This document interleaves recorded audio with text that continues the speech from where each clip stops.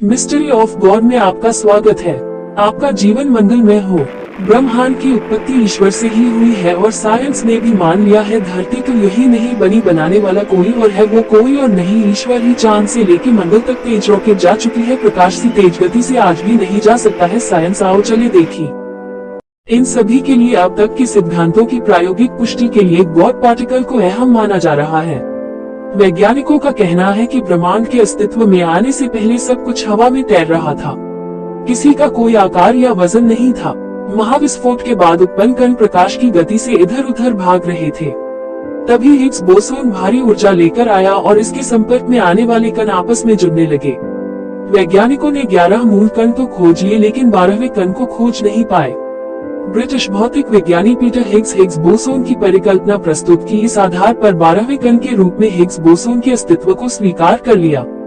इस कण को ब्रह्म कण, ईश्वर का कण, भगवान आदि उपलब्धियों से नवाजा जा रहा है। प्रस्तुतांश विपुल विनोद और नमन विनोद की पुस्तक गॉड पार्टिकल का रहस्य से लिया गया है। हिंद पॉकेट बुक से प्रकाशित इस पुस्तक में गॉड पार्टिकल से जुड़े रहस्यों और इन पर हुए वैज्ञानिक शोध का उल्लेख किया गया है। अध्यात्म के साथ विज्ञान में रुचि रखने वाले पाठकों को ये पुस्तक पसंद आएगी। पुस्तक के कुछ अंशों को पढ़कर पाठक रोमांचित हो सकते हैं।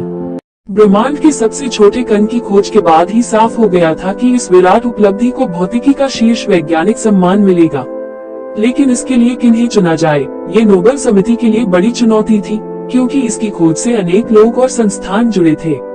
बोसोन कणों का सिद्धांत भारतीय वैज्ञानिक सत्येंद्रनाथ बोस ने खोजा था, लेकिन उनकी मृत्यु के दशकों बाद इसकी खोज संभव हुई।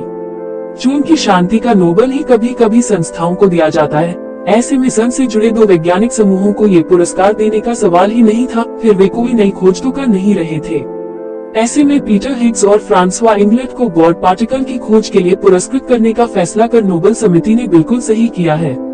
1964 में भौतिकी के जिस विख्यात जर्नल में इन कणों के बारे में बताया गया, उसमें पहला लेख रॉबर्ट ब्राउट और फ्रांसवा इंगलेट का ही था, जिन्होंने लिखा था कि ब्रह्मांड में मौजूद छोटे कण भार कैसे ग्रहण करते हैं।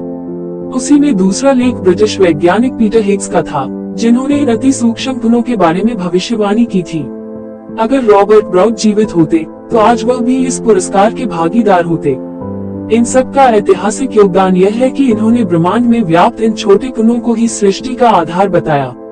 इन्होंने ये तो कहा ही कि महाविस्फोट के बाद पृथ्वी के ठंडा होने पर इन्हीं कणों के कारण पदार्थों में द्रव्यमान संभव हुआ। ये भी कि आकाशगंगा, चांद, तारे, पेड़ पौधे और जीव जंतुओं की उत्पत्ति भी इन्हीं गॉड पार्टिकल से हुई है। हालांकि गॉड पार्टिकल की खोज आसान नहीं थी। स्टीफन हॉकिंग ने इसकी खोज असंभव बताई थी, तो अमेरिका ने इसे ढूंढने की कोशिश में हार मान ली थी। लेकिन यूरोप ने अपनी खोज जारी रखकर न सिर्फ करीब आधी सदी पहले की गई इन वैज्ञानिकों की भविष्यवाणी को सच साबित कर दिखाया।